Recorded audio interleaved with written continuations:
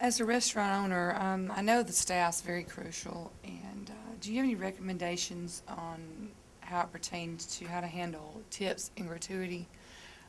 I feel that gratuity should be on all checks that way, because it keeps the morale up of the waitresses and waiters. I'd like to know what your thoughts on that would be. Here's the problem with tips. And you use the word gratuity. Yes, sir. I don't see enough restaurant operators telling their customers to stop tipping my waitresses for bad performance. What you're really doing is you're basically trained as a customer to give my wait staff a 15% tip just for showing up.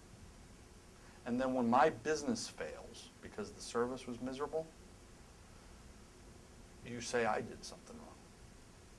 Well, but you're training my wait staff by giving them a 15% tip for miserable service. Talk about setting a guy's business up to fail. And in fact, we've had clients where we've created signage in their restaurants that says, please do not tip my waitresses for bad service. You're killing my business. Now think about that. Are you teaching your employees that?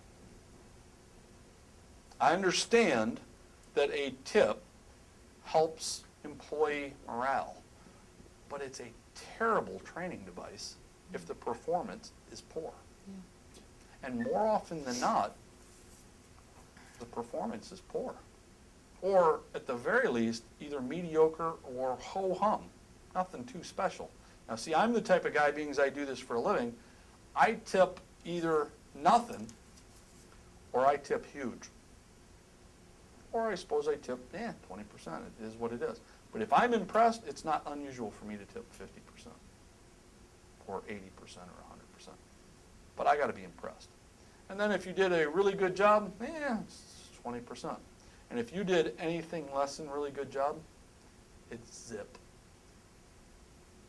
Well, you know, there's a lot of debate about tip pooling. We could get into tip pooling a little bit and the impact that tip pooling has. Again, back in the day, tip pooling was supposed to be where a waitress chose for herself or himself on who they were going to share their tips with.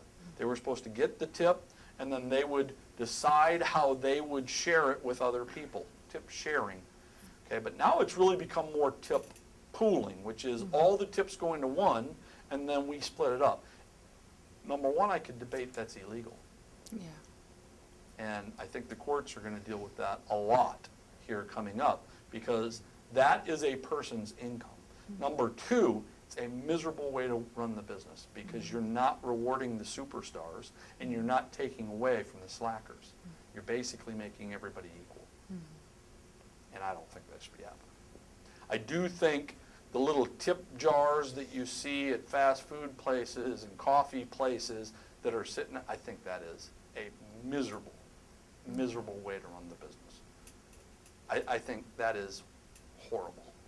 I also think having the forced gratuity on my check, I don't care how many people I have at my table, that says I automatically have to give X percentage of tip because I have more than 9 people at my table, or whatever the number is.